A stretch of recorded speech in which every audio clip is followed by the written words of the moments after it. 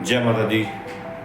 आज हम बात करने जा रहे हैं माता जी की घट स्थापना और माता जी की पूजा के लिए क्या नियमों की आवश्यकता है और कैसे हमें माता जी की घट स्थापना की पूजा करनी चाहिए। सबसे पहले हमें उस स्थान का चुनाव करना चाहिए जहां माता जी का घट स्थापना करनी है।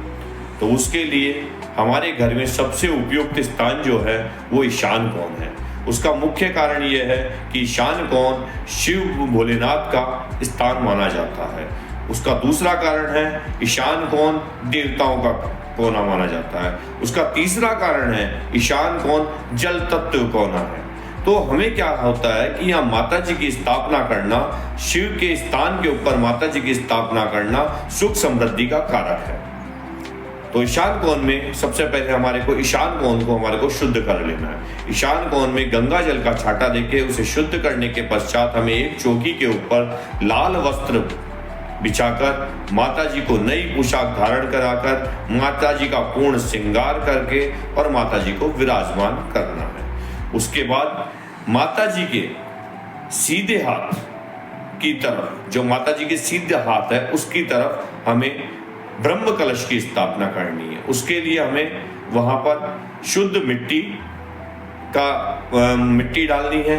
उसके ऊपर हमें जौ डालने हैं। शुद्ध जल से उन जौ को बोना है। जैसे हम खेती करते हैं, अपनी प्रवृत्ति करते हैं कि खेती होगी, खेती से हमारी उपज होगी, हमारी खुशहाली होगी, उसी भावनाओं को रखते हुए अपनी अच्छी भावना, सकारात्मक ऊर्जा के साथ उन जौ को बोना है। और जब हम जौ को बोएंगे उसके बाद उस मिट्टी के कलश को, जो मिट्टी का कलश है, उसको वहां पे स्थापित करेंगे।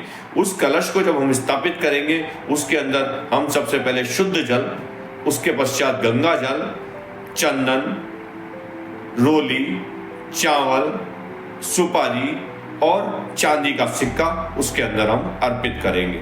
उसके ऊपर हम एक श्रीफल लगाएंगे। श्रीफल लाल वस्त्र के अंदर लपेटकर कलावे से बांधकर, जिसमें गांठ नहीं लगानी है, मात्र लपेटना है।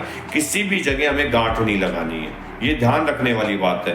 गांठ जब लग जाती है वो कार्य रुक जाता है। हमें गांठ नहीं लगानी है, हमें लपेटना है मात्र। तो उसके अंदर हम कलश को रखेंगे। कलश के ऊपर श्रीफल को रखेंगे। श्रीफल को रखते हुए हमें सदैव ये बात ध्यान रखनी है कि श्रीफल का जो मुख होता है वह स्वयं जो देवी